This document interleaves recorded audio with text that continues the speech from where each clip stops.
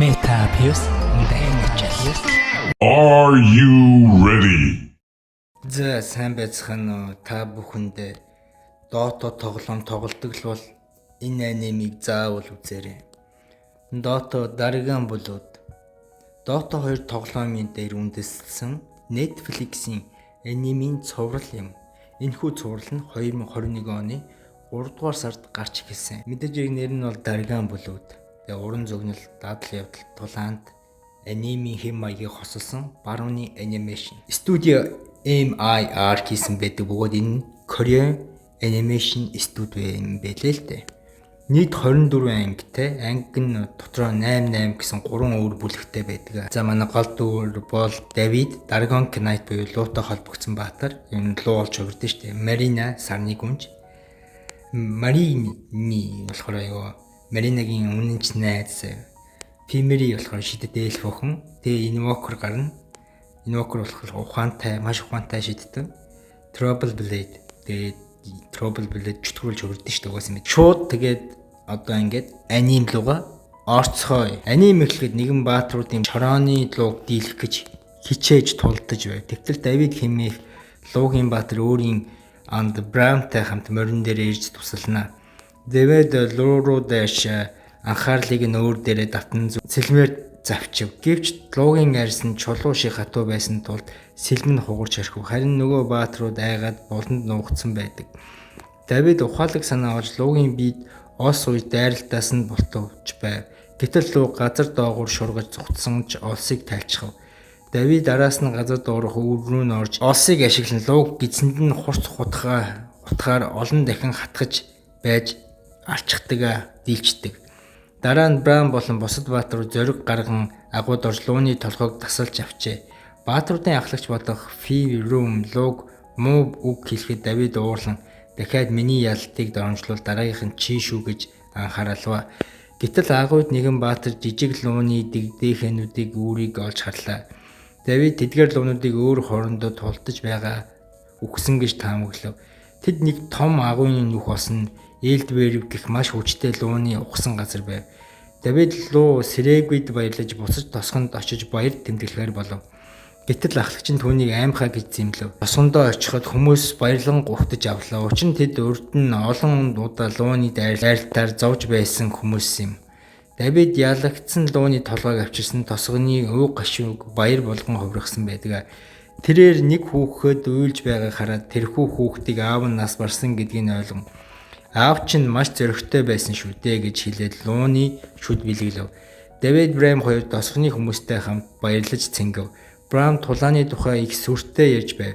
Давид бүгдэнд нь дахин ундаа авч өгөхөд очиход тэнд гинэд дитэм зүүсэн охин гарч ирлээ. Түүнтэй таарав. Охин эхэлж ирсэн гэж хэлэхэд Давид уушлал гуйж эхэлж захиалгыг нь хэн зөвшөөрлөө. Охин хоёр хүнтэй ундаа захиалж үнэн 2 зоос болохыг сонсоод үнэтэй байна гэж гомдлов. Давид үнийг төлнө гэхэд уушийн газрын эзэн түүнийг бол үнгүй гэж хэлвэ. Охин гайхаж яагаад түрүүнд нь мөнгө нэхэд одоо үнгүй болов гэж эзэн бол Давид бол манай тосгоны баатар олон лууг устгасан учраас түүнд бүх зүйл үнгүй байх ёстой гэж хэлдэг эзэн нь. Тэр үед капитан Фьюри ирж Давидыг Элдвэр гэх том лууг устгаж чадаагүйг нь дормжлов. Давид түүний хувцснаас нь шүүрэн авч тэр лууг 1000 хүнч алж дийлэхгүй. Түүнийг сэрээвэл бүгд үхэн гэж хэлээд охин руу ирэхдээ охин аль хэдийнэ явчихсан байдаг. Охин 2 ундаага өөр ширээ рүү аваачиж тэнд нэг нөмөрхтэй этгээдтэй уулзнаа. Тэр хүнийг бол Гэвивэй гэдэг ба түүний газарт ингэж уулзаж байгаагаа айж байв. Харин охин түүний нэг чухал шидэт эдлэл өг гэж шаардав. Гуавин хэмээх нөмөрхтэй хүн охинд надад тэр ичидтэй эд зүйл байхгүй гэж хэлэхэд түүнийг Хабист гэдэг газарт байдаг хар зах руу явахыг зөвлөдөг. Тэнд Никто гэдэг хүн охинд хэрэгтэй зүйлийг нь өгч чадна гэж хэлнэ. Тэдний хооронд тохиролцсон амжилттай болсны дараа бааранд нэг сохтуу хүн охин дээр очиж чи миний ирээдүйн эхнэр гэж хэлдэг. Гэтэл тэр хүн Гуавен руу уурлан чи миний эхнэрийг булаалаа гэж түүнийг дүлхдэг. Сохтуу хүн түүнийг татаж байхад нөмөрг нь унаж тэр хүн үнэндээ эльф болох нь ил болдог. Бааранд байсан бүх хүмүүс түүнд гайхан сохтуу хүн эльфүүдийг муу амьтан гэж үзэн доромжлж эхэлнэ. Давид гинт босоод тэр хүн гутга гаргасныг нь хараад асуудлыг нь тайвшруулахаар оролдоно. Тэр хүнтэй гадагшаа гарч чи зугатаах хэрэгтэй гэж хэлдэг. Тэр үед охин болон түүний хамтрагч Давидыг дагаж юу болохыг нь ажиглаж байггүй. Давид буцаад баар руу орж дахин нэг аяга юм захиалдаг. Тэр үед капитан Фрел өөрийн зэргүүдийг хэрхэн луг алаад өгсөн дурсамжийг нь санаж эхэлнэ. Гинт түүний толгойд нэг сонсогдож элдэн дээр нь чөтгөрийн дүр харагдана. Чөтгөр түүнд би чамд хүч өгнө. Ингэснээр чи ээлд бүрэн хүртэл алж чадна. Давидаас илүү алдартай болно гэж амлалдаг. Гэхдээ энэ хүчийг авахын тулд биеэ жөтгөрт даатгах хэрэгтэй гэж хэлдэг. Капитан Фрелийн шууд шүрчгдэг. Гаш өглөө Давид нэг эмэгтэйтэй сэрж байтал Брам хаалгын хүчтэй онгоолгон капитан Фрелийг ганцаараа ээлд бүрдийг алахаар явсан гэж яаруулан хэлнэ. Давид маш их уурлаж тэнэг андран хувцас өмсөө шууд морь унаад араас нь дахив. Удаан гайсны дараа Давид агууд очиод харуулаа капитан Фрел нэг ногоон өнгөтэй авраг луг аль хэдийнэ алчсан байхыг харна. Давид маш их гайхаж энэ бол мянган хүнч чадахгүй зүйл байсан гэж боддог. Тэр ахмадынхаа нүдэнд нь гэлзэж дуу хоолой нь өөр болж түүний жөтгөр эзэмсэн болохыг нь мэднэ. Тэр жөтгөрийг Давид хандан чиж бас намайг биендээ оруулал би чамд бүх луг алах хүч өгнө гэж хэлдэг. Тэгээд Давидын бага насны гашуудсан дурсамжийг сануулна. Өөрийнх нь аавг нь луу алахыг хараад юу ч хийж чадаагүй дээ. Гэтэл гинэт газар дооргож өөр нэгэн ээлд бүрэн гарч ирдэг. Тэр луг Слайк гэдэг бөгөөд галын эцэг химээгддэг. Слайк чөтгөрт тушааж хөгшин луу Аксолыг сул гэдэг. Ингээд бид мэдэж авна. Капитан Фрелийг эзэмсэн чөтгөр бол хамгийн аимшигтай чөтгөр болох Terror Blade, харин Слайк бол ухаанд хүчрэх ээлд бүрэн юм. Слайк уурлаж хүчтэй галаар капитаныг шатаа чөтгөрийг устгахыг оролдоно. Гэтэл чөтгөр өгсөн луу болох Ахолын биенд орж түүнийг эзэмддэг. Слайк үүнийг хараад Давид чи зугтаа гэж хэлдэг. Давид гайхаж хоцордог. Слайк өөрийг нь амьд үлдээсэнд ихэд зочирддаг. Тэр нэг болонд нуугдаж үлддэг. Ба Слайк болон жөтгөрийг эзэмдсэн луу хоёрын тулааныг харна. Слайк тулаанд ялагдаж эхэлдэг бөгөөд Давид аюулыг ойлгож туслахаар шийддэг. Эзэмдүүлсэн лууг зүрхнээс нь хутгаалж чөтгөрийн биенээс нь хөн буцааж там руу явуулдаг. Харамсалтай Слайк аль хэдийнэ үндсэндээ үхэлд хүрсэн байдаг. Үхэж байлаа. Аимшигтай шарх авсан ч аимшигтай том луг хүндэлж өөрийнх нь зовоогоод байгаа луг амраах гэж оролцсон ч гэтэл яг сэлмээ өргөх гэж байхад Слайк гинэд ирээд хумсаараа түүний хоолойг тусаж орхино. Давид газар унаад үхсэн юм шиг болсон ч удалгүй тэр цус нь нүчтэй хэвтэж байснаа амьд байгаагаа мэднэ. Ой модон түүнийг дээрэмчид гинэд тойроод ухаан алтуулна. Тэрнээс хойш принцессэр болон түүний найз Мерси хоёр ойд нүцгэн хэвтэж байсан Давидыг олно. Принцесс түүнийг анхандаа аврахыг хүсдэггүй ч Мерси түүнийг загинсан тулд эцэст нь туслахаар шийдэг. Мерси Давидыг яг л хөнгөн үрчиг өргөөд явсан учраас Мерси маш хүчтэй охин байжээ.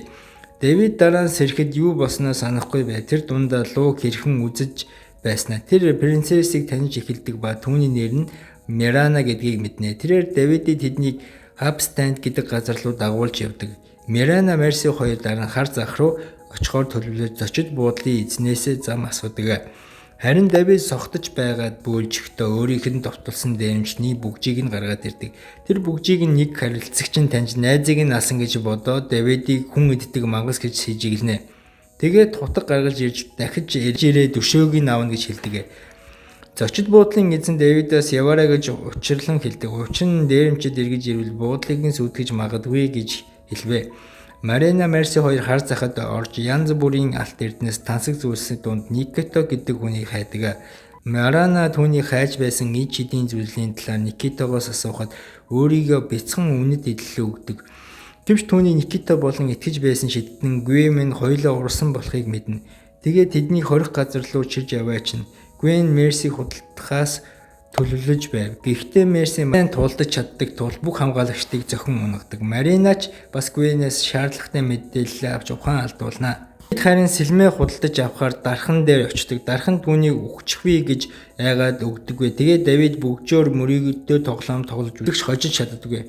Маринаны дэлгүүр орж ид шидийн эд зүйлс хаана байгааг лавлахад дэлгүүрийн эзэн түүнд нэг ногоон эрдний чулуу өгдөг. Энэ нь Broken Peaks хэмээх уулын зүүн өмнөд зүгт байдаг цамхагт оршдог мэрэгэн хүнтэй уулзах дэлхүүр гэж хэлбэ.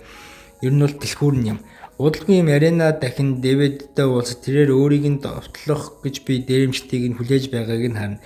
зээвээ зугтахыг хүсээгүй нэр төрөө хамгаалах ёстой гэж үзжээ. Марина явхаар болдогч Мерси түүнд жижигхэн хутаг өгч ядаж өөрийгөө хамгаалаарай гэж хэлдэг. Удалгүй 20-30 хүнтэй дээрэмчид морьтой ирж Дэвидийг бүслэн авна. Марина болон Мерси хоёр түүний ганцаарыг нь орхиж чадалгүй туслахаар буцаж ирдэг. Марина алсын зайнаас сум харваж дайснуудыг нь намнаж эхэлдэг. Гэсэн ч Давид олон хүнтэй тулж чадахгүй нуруундаа сэлмээр зоолгож ундаг. Уур нь хүрсэн Давид гинтхэн хүн луу хоёрын дундах мэд дүрстэй болж хувирдаг. Бүх дээрэмчдийг маш ширүүн аимшигтайгаар нядалж ялдаг. Аимшигтай их уурлаж лууны хүчтэй болж хагас хүн хагас луу болон хувирч бүх дээрэмчдийг устгасан хэвийн байдалтай эргэн ирэхэд тэр маш их харамснаа. Би юу хийчих вэ? Би хин юм бэ гэж гайхширна.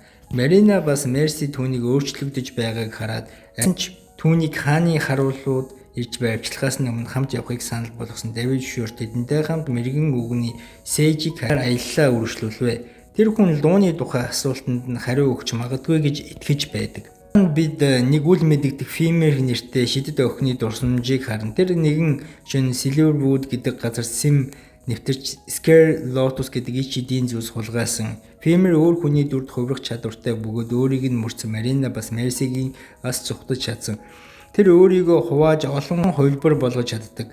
Феминист Scare Lotus найзуудаа аваажж өгөөд өөрсдийнхөө шүтдэг Нэнэ гэдэг сан бурхан харанхуйн бурхан Соломоны сүдэрт баригдсан тухай үлгэр ярьсан. Тэр Лотус бурхан Нэнэг сурлах дэлхүүр гэж итгэдэг. Фемрийн найзууд мэрэгэн өвгнийг сахиусыг хүчийг гаргаж чаддаг хүн хайх аялалд дагуулan явлаа. Тэгэхээр Давид зүүдэндээ луу байнга ярьж байгаа мэдэрч бүх луу түүний дотор байгаа юм шиг сэтгэл төрнө. Марина түүнийг мэрэгэн өвгөн дээр очивол хариу аавна гэж хэлнэ. Хамт аяллаа үргэлжлүүлнэ. Засан шуурганд өртөж газар хөдөлж Марина уулнаас унахтал Давид түүнийг барьж авна. Гэнэт Мерси түүнийг удаан барьж чадалгүй болсон тул Марина өөрөө ос тасалж унаж алга болов. Фемер мэрэгэн өвгний цамхгийг олсон ч тэр цамхаг энгийн нүдэнд харагддаггүй ич хэдтэй газар байв. Дотгош ормогч найзууд нь сургаггүй болж мэрэгэн өвгөн Фемер Лотусыг буцааж өгөөд явахыг тушаасан. Фемер буцахгүй гэд маргасны дараа мэрэгэн өвгөн түүнийг найзуудтай хамт ойруу шидэж зоос өгөөд явуулсан. Нөгөө талд Марина амьд үлдсэн ба засан дундуур алхаж явхад нэг зэрлэг хүн түүн рүү дайрсан. Марина түүнийг хутгаар хөнөөсөн ч ийм хүмүүс улам ойшир тэр мара байлдаж өөрийг хамгаалсаар байсан. Сүүлийн суманд дуусах үед Давид ирж аварч хамт цугтав. Ба түүний найзуу шүн нэгэн эмэгтэй дайчин Лунаг олцлон авчээ. Луна өөрийгөө шүтдэг харанхуйн бурхан Мэний дэлхийг харахыг авчирна гэж ярина. Scare Lotus-ыг өгөхийг шаарддаг. Найзууд нь Фермийг хамгаалахаар тулдаад бүгд аим өргөдөв. Фемер дүрээ хувиргаж зугтах гэсэн ч Луна сарны гэрлээр түүнийг олж барив. Гэтэл мэрэгэн өвгөн бүхнийг толдоо түүнийг ид шидээр авран аюулаас холдуулва. Марина Давид аимшигтай хүмүүс буюу каннибал хүний махаар хоолддог хүн байсан байж магадгүй гэж хэлж яагаад тийм болсныг нь гайхаж байна гэж хуваалцсан. Удаан аялсны дараа нэг хоосон байшинд орж амархаар болов. Давид Маринаг санаа зовж байгааг нь анзаарч ярмаар байвал би чамайг сонсох болно гэж хэлнэ. Гэтэл гинэд хаалга онгойч Кейден нэртэй лууны баатар дарган гинэд өгсөн том луу чирсээр орж ирэв. Давид маш их гайхаж ийм том лууг 100 хүн чаглахад хэцүү гэж бодсон. Тэр аяллахын тухай Кейденд ярьж өгсөн бөгөөд Кейден яриа сонсох зуураа лууг нядалж байв. Их сэтгэлээр унгасан юм. Кейден хэлэхдээ луунууд бол маш аюултай амьтад. Тэд бүгд сүнэж үгүй болох ёстой гэв. Давидын үгийг сонсоод дотроо уурлаж Кейден рүү дайрмаар санагдсан ч өөрийгөө бариад чимээгүйхэн холдов. Марина түнд Кейдэнд өөрийнхөө тухай үнэнгээ хэлв. Тэр чамд туссалж чадна гэж зөвлөвөө. Хоолны үеэр Кейден өөрийнхөө өнгөрсөн амьдралын тухай ярьлаа. Түүний бүх найз тосгонууд нь луу Сларкид даалгацсан гин. Зөвхөн Кейден ганцаараа амьд үлдэж Сларкийг алахаар аялалд гарсан. Гэтэл луунууд үүрэнд нь очиход тэр хоосон байсан бөгөөд Давидын зүйлтэн тэнд байсан байжээ. Ингэж Кейден мэдэж авсан. Давид бас лууны үүрэнд очиж байсан гэдгийг.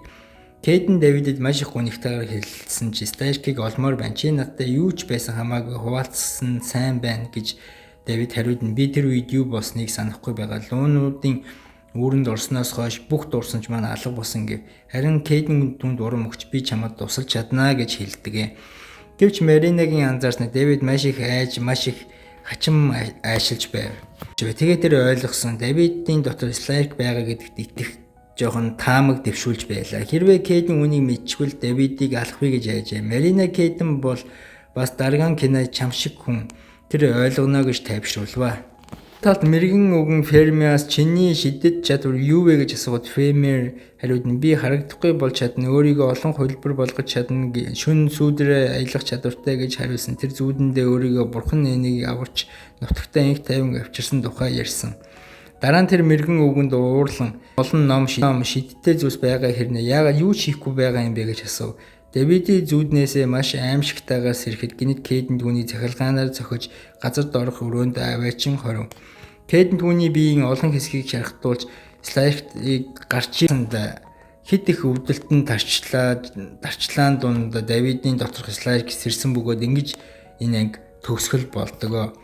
Чи юу болохыг ёстой мэдэхгүй заяа. За ямар ч байсан доото даргаан бүлүүдийн зөвхөн тулаан луу шидэт зүйлсээс гадна дараах тал дутгаггүй ухаануудын сэдвүүд хүндсэн юм шиг надад санагддаг бөгөөд хүний доторх оршихуй аратан Давидын дотор Слайф орсноор тэр өөрийгөө алддаг. Энэ хүний дотор ухамсар, уур хилэн, хүч чадал ба айдастай тэмцэж буйг илэрхийлэх гэж оролцсон гэж би боддог. Тэгээд шашин байдаг штэ.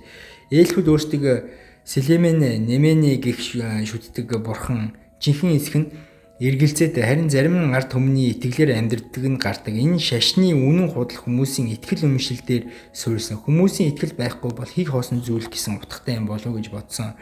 3 дугаарт Марина Инвокер Ферми зэрэг дөрүүдийн нийтийн төлөө өөрийгөө золиослох эсвэл хувийн өшөө хорслох хоёрын хооронд сонголт хийх хэрэгтэй болдог. Энэ нь ёс уртгуун ба хувь хүний сонголтын зөрчил юм аа.